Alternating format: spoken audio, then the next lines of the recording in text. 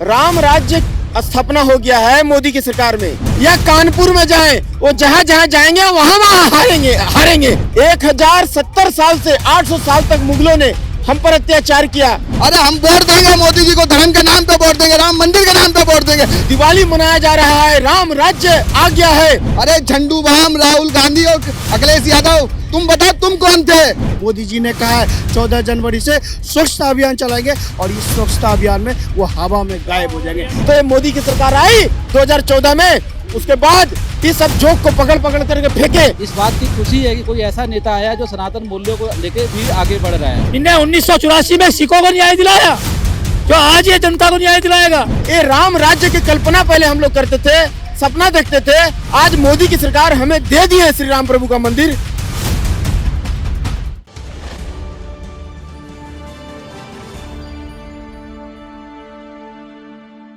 नमस्कार दर्शकों, आपने देखना चालू कर दिया द न्यूज़ 15 और मैं हूं आपके साथ सक्षम तिवारी।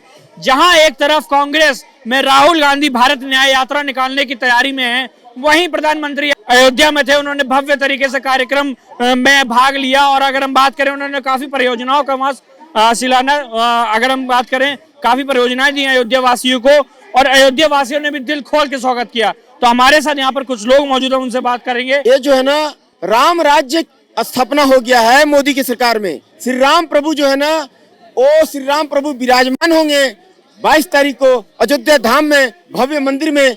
और ऊपर से कैसे कैसे देवता भगवान जो ऊपर से फूलों की बारिश करेंगे। तो वो जो है ना, ये राम राज्य की कल्पना पहले हम लोग करते थे, सपना देखते थे, आज मोदी की सरकार हमें दे दी है श्री राम प्रभु का मंदिर। जो कि हम लोग बहुत दिन से हम लोग रोते थे, तड़पते थे।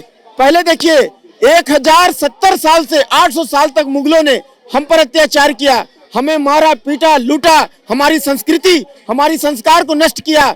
उसके बाद और हमारे मंदिरों को भी तोड़ा लूटा, हमारे धन संसाधन लूटे। उसके बाद 200 साल तक अंग्रेज हमें परेशान किए, मारे लूटे, हमारे संसाधन को लूटे, हमारे धन को लूटे, लेकर विदेश लेके भाग गए।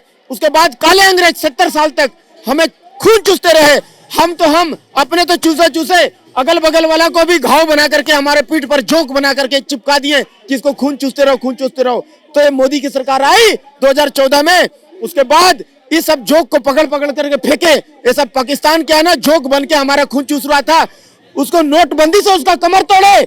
आज जो है ना, दिवाली मनाया जा रहा है, राम राज्य आ गया है ये मोदी की सरकार में। तो हम मोदी की सरकार को सैल्यूट करते हैं कि श्री राम प्रभु को हम लोग भी मानते हैं। 2533 बार श्री राम प्रभु का नाम दर्ज है गुरु ग्रंथ साहिब में। राम जपो जी ऐसे ऐसे, ध्रुव प्रहलाद जपियो हर जैसे। एक बार गुरु ग्रंथ साहिब को मत्था टेकते हैं ना, तो 2533 बार श्री राम प्रभु की इबादत हो जाती है। राहुल गांधी ने जिस हिसाब से भारत न्याय यात्रा का नाम दिया है, उसके बाद नागपुर में वो महारैली करी कांग्रेस की स्थापना दिवस पर। उन्होंने कहा कि हम नागपुर में रैली कर रहे हैं और नागपुर भाजपा का केंद्र, हम यहीं से खदेड़ेंगे 2024 के लिए। वो नागपुर में जाएं या कानपुर में जाएं, वो जहाँ जहाँ जाएंगे वहाँ हारेंगे।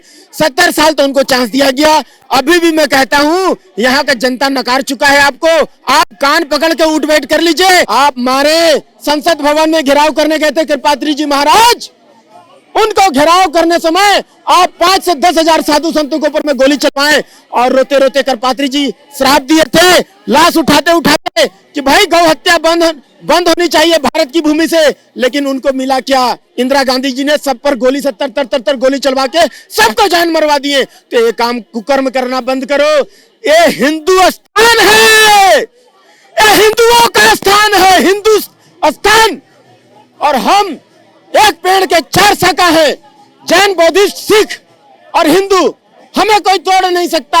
और यहाँ का जनता जागरूक हो चुकी है, हमें कोई तोड़ नहीं सकता। पहले तो ये निकाल देते भारत जोड़ो यात्रा, बाप दादाओं ने भारत तोड़ दिया, बाप दादाओं ने भारत तोड़ा और अब ये बेटा निकाला, जोड़ो निकालो। अरे न्याय दिलाना तो सिक्कों को दिलाना नहीं है।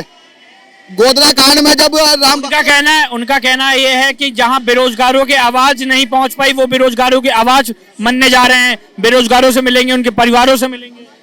बेरोजगार कौन है सर? यहाँ बताओ बेरोजगार कौन है? यही सबसे बड़े बेरोजगार है, जो लोगों को भटका के रखा है, तक लोगों को अंधेरे में रखा, लोगों को लूटने का काम करा, देश को लूटने का काम करा। पैसा तो इनके पास निकल रहा है, बेरोजगार वो है सब। एक इनके पास अभी एक मक्खी के पास 400 करोड़ रुपए निकला। सोचो रानी मक्खी के पास कितने करोड़ होंगे। एक रानी मक्खी के पास निकला, नर मक्खी के पास 400 करोड़ निकला और रानी मक्खी के पास कितना करोड़ होगा। सारा भारत तोड़ के अब ये जोड़ने और ये न्याय अरे वो गोधरा कांड में जिन्होंने हत्या कराई इन्होंने राम भक्तों पे गोलियां कराई। सरयू माता खून से लथपथ हो गई थी।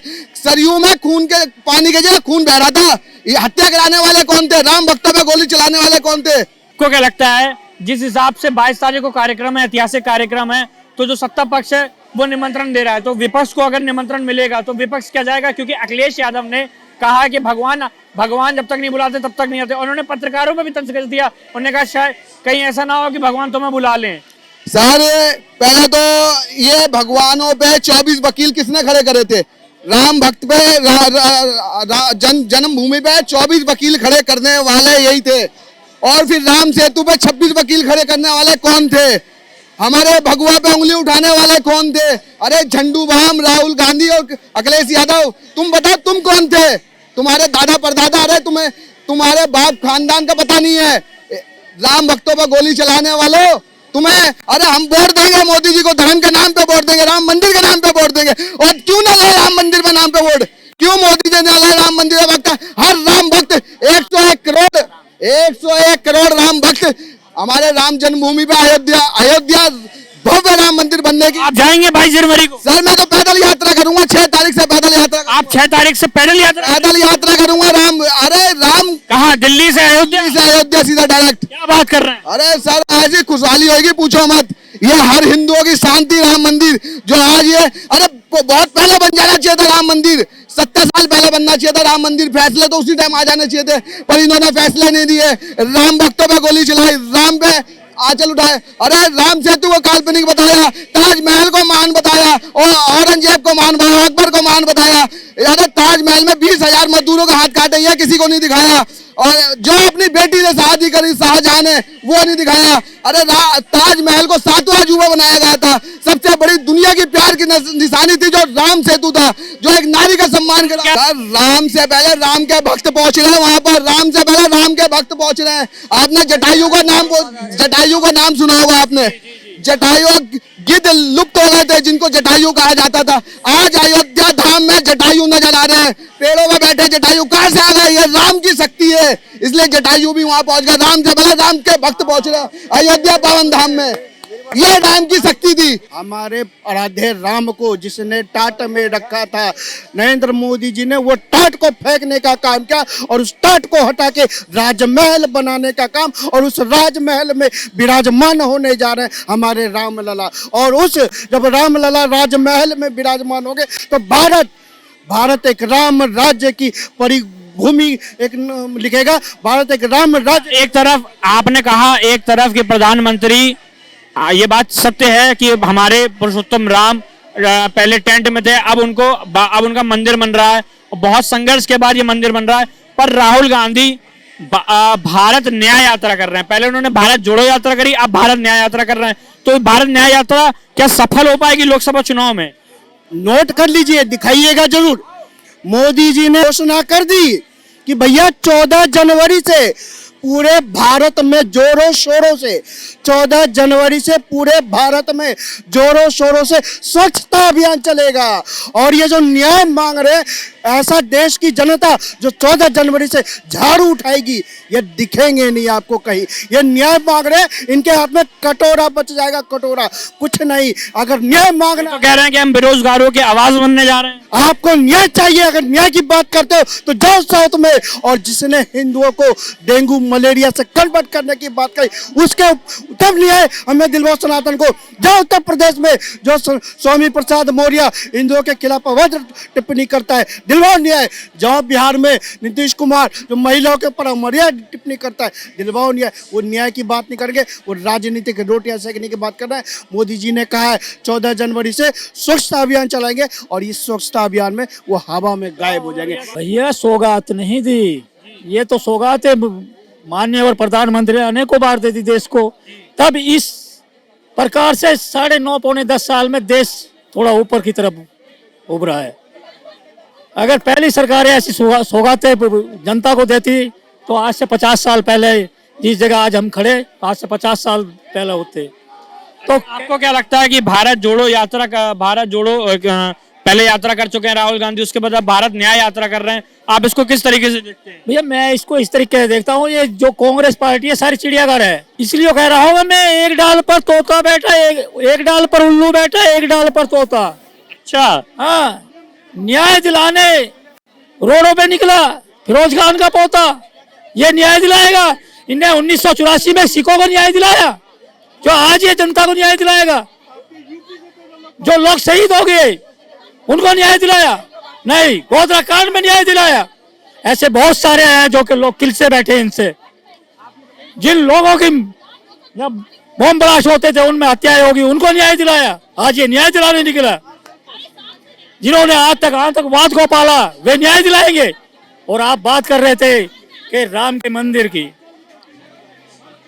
भगवान राम को तो घर मिल गया, लेकिन उनके साथ साथ 4 करोड़ भारत की जनता को भी घर मिला है। अच्छा, केवल भगवान राम को घर नहीं मिला, 4 करोड़ जनता को भी घर मिला है। 70 साल में राहुल गांधी क्या कर रहे थे? न्याय नहीं दे पाए तब तक। अभी मोदी गवर्नमेंट जो आई है, जो अयोध्या में मंदिर बन रहा है, जो सिया राम की बात करे, तो भारत की संस्कृति रही है। राम की बात यहाँ पे नहीं हुई, कहाँ पे बात करेंगे हम राम के? और आने वाली जो जनरेशन है उसके लिए एक फिजिकल एग्जिस्टेंस होना बहुत ज़रूरी है। अभी के टाइम पे क्या है कि जो राम का पूरा हमारे यहाँ कॉन्सेप्ट है, उसके लिए जो आपकी प्रक्रिया आप देखेंगे, इनविटेशन पूरे इंडिया को गया है, डिफरेंट क्षेत्र के लोगों को गया है, चाहे वो कला का हो, चाहे स्पोर्ट्स का हो, चाहे पॉलिटिशियंस हो, चाहे साइंटिस्ट हो, सबको बुलाया गया। तो उसका बेसिक जो पर्पज़ ये है कि भारत में जो राम की धरती है, जो हमारा एक सांस्कृतिक विरासत है, उसको आगे वाले जनरेशन को बताना है कि हमारे पास ये विरासत है, इतनी समृद्ध विरासत है।